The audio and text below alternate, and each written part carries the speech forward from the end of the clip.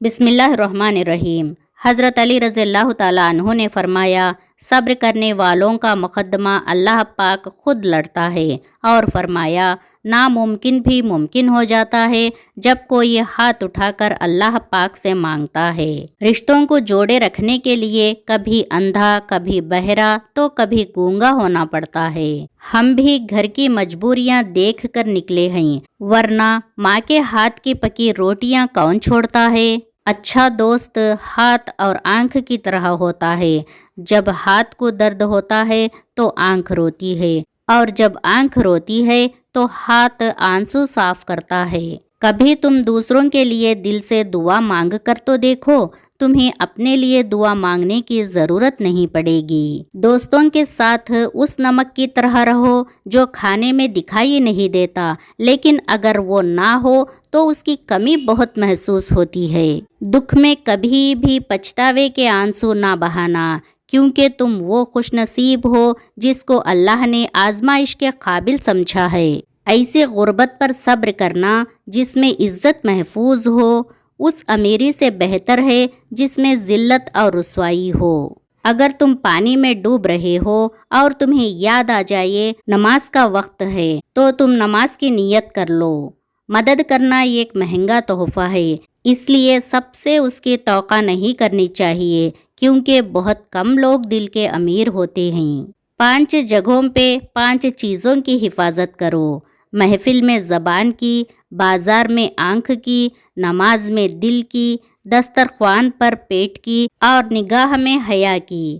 خدا کے نزدیک کسی انسان کی عزت جتنی زیادہ ہوتی جاتی ہے، اس کا امتحان بھی اسی قدر سخت ہوتا جاتا ہے۔ جو شخص دوسروں کے رازوں کو کریدے گا تو خدا اس کے رازوں کو فاش کر دے گا۔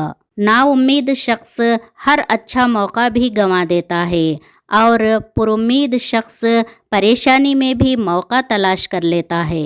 ہمیشہ ایسے شخص کو چنا کرو جو آپ کو عزت دے، کیونکہ عزت محبت سے کہیں زیادہ خاص ہوتی ہے۔ اپنے دن کا آغاز صدقے سے کرو، اس دن تمہاری کوئی دعا رد نہیں ہوتی، اور اچھی بات بتانا بھی صدقہ ہے۔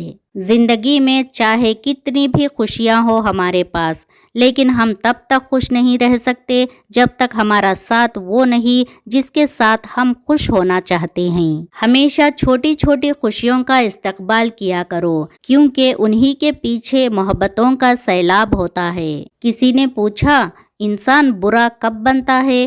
فرمایا، جب وہ اپنے آپ کو دوسروں سے بہتر سمجھنے لگے۔ خاموشی ایک عظیم نعمت ہے، خاص طور پہ اس وقت جب اختلافات زیادہ ہو، آوازیں بلند ہو، علم کی کمی ہو، اور دلیل کی کوئی اوقات نہ ہو۔ جو اللہ کے سوا کسی دوسرے سے نفع پہنچنے کی امید رکھتا ہے، اس کی امیدیں جھوٹی ثابت ہوتی ہیں۔ جو زیادہ ہنستا ہے اس کا دل مردہ ہو جاتا ہے، جو زیادہ غصہ کرتا ہے وہ جلد ہلاک ہو جاتا ہے۔ جانوروں میں خواہش اور فرشتے میں عقل ہوتی ہے، مگر انسان میں دونوں ہوتی ہیں۔ اگر وہ عقل دبا لے تو جانور، اگر خواہش دبا لے تو فرشتہ بن جاتا ہے۔ جہاں آپ کی عزت نہ ہو وہاں مت جاؤ، چاہے وہاں کھانا آپ کو سونے کے پلیٹ اور چاندی کے چمچے میں ہی کیوں نہ دیا جائے۔ تم کسی کے ساتھ بھلائی کرو، تمہیں اس کا بدلہ برائی کی صورت میں ملے تو سمجھ لو کہ تمہاری نیکی قبول ہو گئی۔ محتاجی اور غربت 6 چیزوں سے آتی ہے: جلدی جلدی نماز پڑھنے سے، کھڑے ہو کر پانی پینے سے، منہ سے چراغ بجھانے سے، آستین یا دامن سے منہ صاف کرنے سے، دانتوں سے ناخن توڑنے سے، فجر کی نماز کے بعد فوراً سونے سے۔ حضرت علی رضی اللہ تعالیٰ عنہ اللہ سے یہ دعا فرماتے، میرے اللہ، میری عزت کے لیے یہی کافی ہے کہ میں تیرا بندہ ہوں، اور میرے فخر کے لیے یہی کافی ہے کہ تو میرا پروردگار ہے۔